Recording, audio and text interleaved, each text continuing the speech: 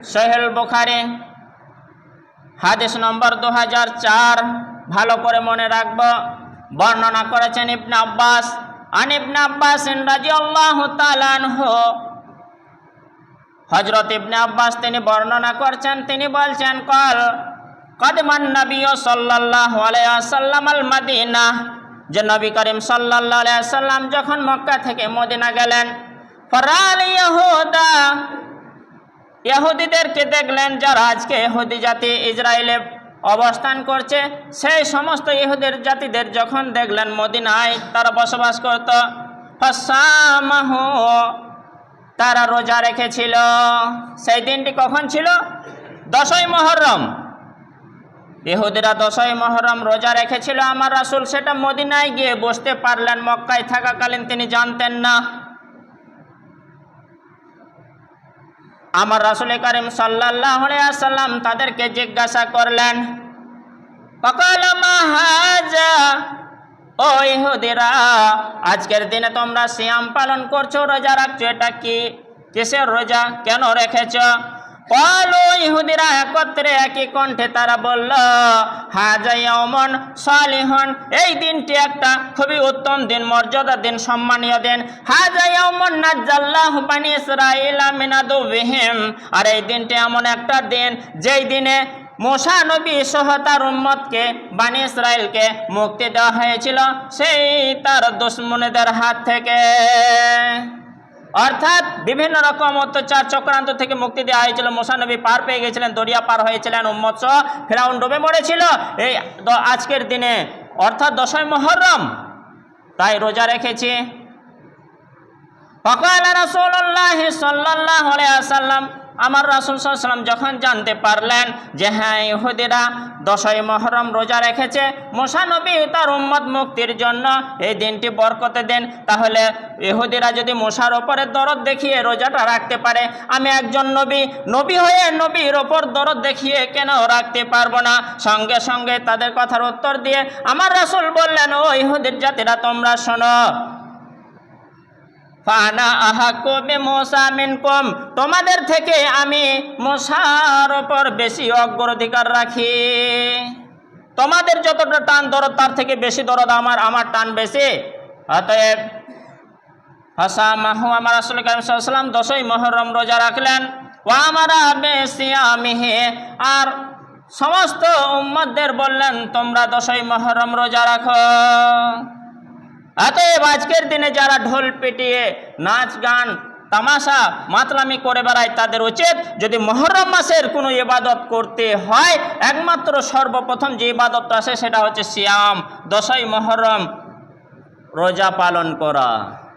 এবার আসুন কোরআনুল কারীম সূরাতুল আল ইমরান 3 নম্বর সূরা আয়াত নম্বর 85, আল্লাহ তাআলা বললেন, ওয়া ইয়াবতাগি গায়রাল ইসলামি দীনান ফালা ইউকবালা মিনহু, যে ব্যক্তি ইসলাম ছাড়া অন্য ধর্মের অনুসরণ করবে, উপলব্ধি করবে, পদ্ধতিটা মেনে নিয়ে চলবে, তার নিয়মটা ক্যাচ করে নিজে আমল করে চলবে, ফালা ইউকবালা মিনহু, সেটা আল্লাহ তাআলা কখনোই গ্রহণ করবেন না, কবুল করবেন না।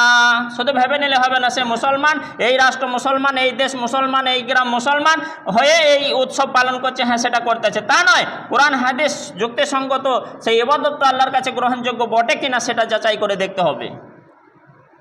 তো আল্লাহ তাআলা বললেন, ওয়া হুয়া ফিল আখিরাতি মিনাল খাসিরিন, আল্লাহ তো কবুল করবেন না অন্য দিনকে, অন্য ইসলামের রীতিনীতি ছাড়া অন্য কোনো উৎসব পরব ইবাদত করলে, বরং তারা আখিরাতে হবে ক্ষতিগ্রস্তদের মধ্যে, আখিরাতে তারা ধ্বংসের মধ্যে হয়ে যাবে। 85 নম্বর আয়াত হলো 96 নম্বর আয়াত। আসুন মহান আল্লাহ তাআলা আরো বললেন, ভালো করে শুনে রাখা দরকার বিশ্বের সমস্ত মুসলমানকে, ইন্না ওয়ালা বাইতিন উদিয়া লিন-নাসি বিবাক্কাহ, বিশ্ববাসীর মুসলমানদের জন্য একটা ঘরকে যে সর্বপ্রথম নির্মাণ করা হয়েছিল, ইন্না ওয়ালা বাইতিন, নিশ্চয় সর্বপ্রথম ঘর যেটা ইবাদতের ঘর, ইবাদতের জন্য নির্মাণ করা হয়েছিল, তৈরি করা হয়েছিল মানুষের জন্য, সেটা কোথায়? বিবাক্কা, সেটা মক্কায়, অর্থাৎ কাবা, বাইতুল্লাহ। মুবারাকাও ওয়া হুদাল লিল আলামিন। তার দুটি গুণ, সেটা বরকতময় এবং সারা বিশ্বের মানুষের জন্য মুক্তির হেদায়েতের কেন্দ্র। তাহলে আল্লাহর কথা মতো জানতে পারলাম তো সারা বিশ্বের মানুষের জন্য হেদায়েতের বা মুক্তির কেন্দ্র কোনটা? বাইতুল্লাহ, কাবা, মক্কা যেটা অবস্থিত। তাহলে আজকে মুসলমান হয়ে যদি কোনো আমাকে ঈদ উদযাপন করতে হয়, কোনো আমল করতে হয়, কোনো ইবাদত করতে হয়, এই আল ইমরানের 96-95 আয়াতকে আমাকে স্মরণ রেখে ইবাদতটা করতে হবে। মক্কায় যদি ইবাদতটা হয় আমাকে ইবাদতটা করতে হবে, মক্কায় যদি ইবাদত না হয় আমাকে সেই ইবাদত করা যাবে না, যাবে না, যাবে না। আর সে 50, 100, 200 বছর আগের অবস্থা এখন নেই, যে একজন দেখে চলে এলো, এখানে ভুলভাল এসে বলে দিল, মানুষ চোখ মুজে করে দিল, তা নয়। সঙ্গে সঙ্গে কারেন্টলি একেবারে লাইভের মাধ্যমে আপনি দেখতে পাবেন কাবাতে কি চলছে, কাবাতে কোন ইবাদত হচ্ছে, আপনি একেবারে বাড়িতে বসে বসে দেখতে পাবেন স্বচক্ষে। তাহলে কাবাতে যা হবে, যেরকম ইবাদত, যে নিয়মে আপনাকে আমাকে সারা বিশ্বের মুসলমানকে সেই নিয়মেই চলতে হবে, সেই নিয়মটা পালন করতে হবে, আল্লাহ তাআলা বলে দিলেন। তাহলে আজকে যারা মদ খেয়ে নেশা করে, ঢোল তাবলা বাজিয়ে শোক পিটিয়ে 10ই মুহররম ঈদ উদযাপন করে, তাদের একটু খেয়াল করা, ফলো করা দরকার, যেটা কি কাবাতে হয়, হচ্ছে বা হবে। তাহলে আমরা করছি কেন? এটা ভুল, রং করা যাবে না। এবার আসুন আপনাদের মূল্যবান সেই হাদিসটা শোনায়। সহিহ মুসলিম হাদিস নম্বর 2646, সহিহ মুসলিম হাদিস নম্বর 2646 বর্ণনা করছেন আবু হুরায়রা।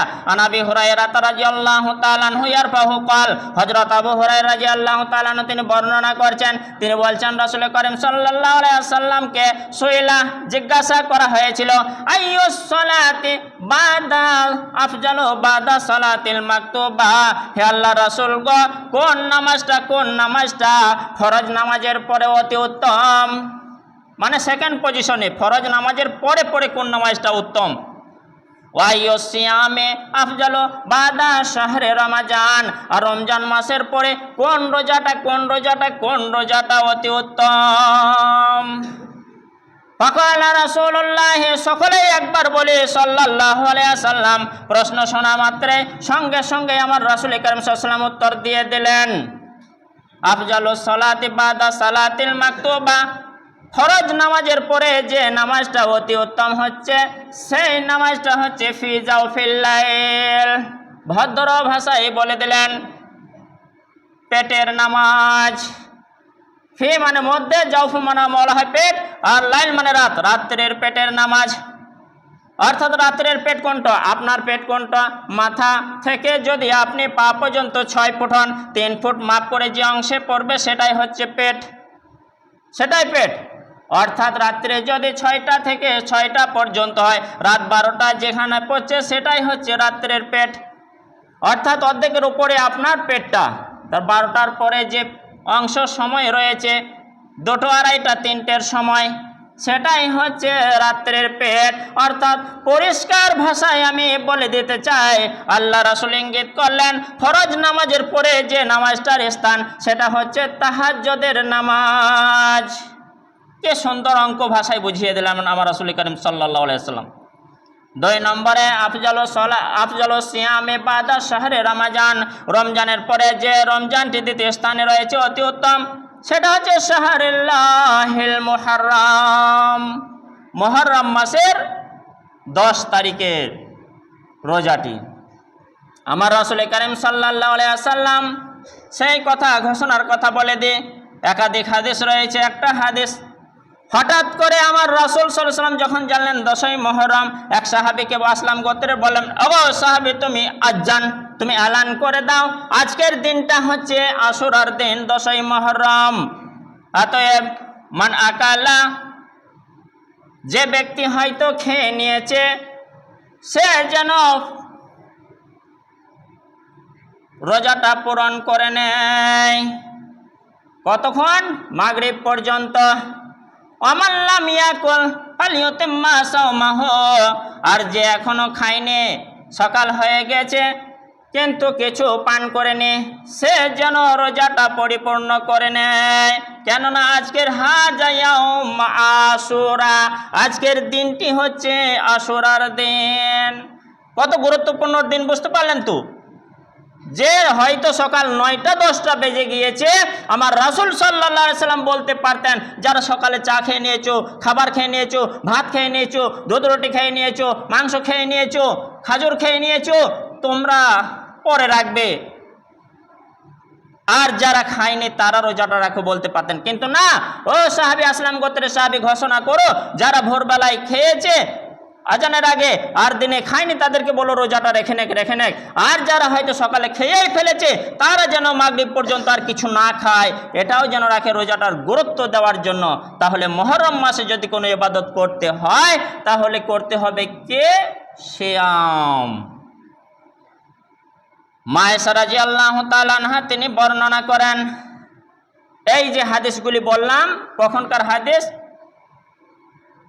রমজানের রোজা যখন ফরজ হয়ে গেল তার আগের, রমজানের রোজাটি যখন চলে এলো, মা আয়েশা রাদিয়াল্লাহু তাআলা আনহা তিনি বর্ণনা করছেন, ফালাম্মা ফুরিজা রমাজান, অন্য হাদিস আছে ফালাম্মা ফুরিজা শাহরু রমাজান, যখন রমজান মাসের 1 মাস রোজাটা ফরজ হয়ে গেল, আমার রাসূল বললেন, মান শাআ, যে চাইবে, ইচ্ছা মনে করবে, যে রাখতে পারবে, ক্ষমতা যার আছে, সে আজকের দিনে মুহররম মাসের 10ম দিনে রোজাটা রাখবে।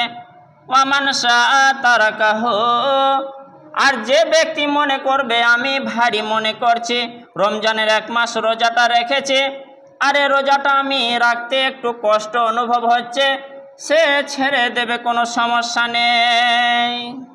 যখন রমজানের রোজাটা ফরজ হলো, আর ফরজ হওয়ার আগে কঠোরভাবে রাখার হুকুম দেওয়া হয়েছিল, তাহলে এই রোজা ফজিলতটাকে আমার রাসূল সাল্লাল্লাহু আলাইহি সাল্লাম বলেছেন, এই আশুরার রোজা 10ই মুহররম যদি কেউ একটা রোজা রাখতে পারে তাহলে 1 বছরের তার গুনাহটাকে মাফ করে দেওয়া হয়। একবার বলি আলহামদুলিল্লাহ।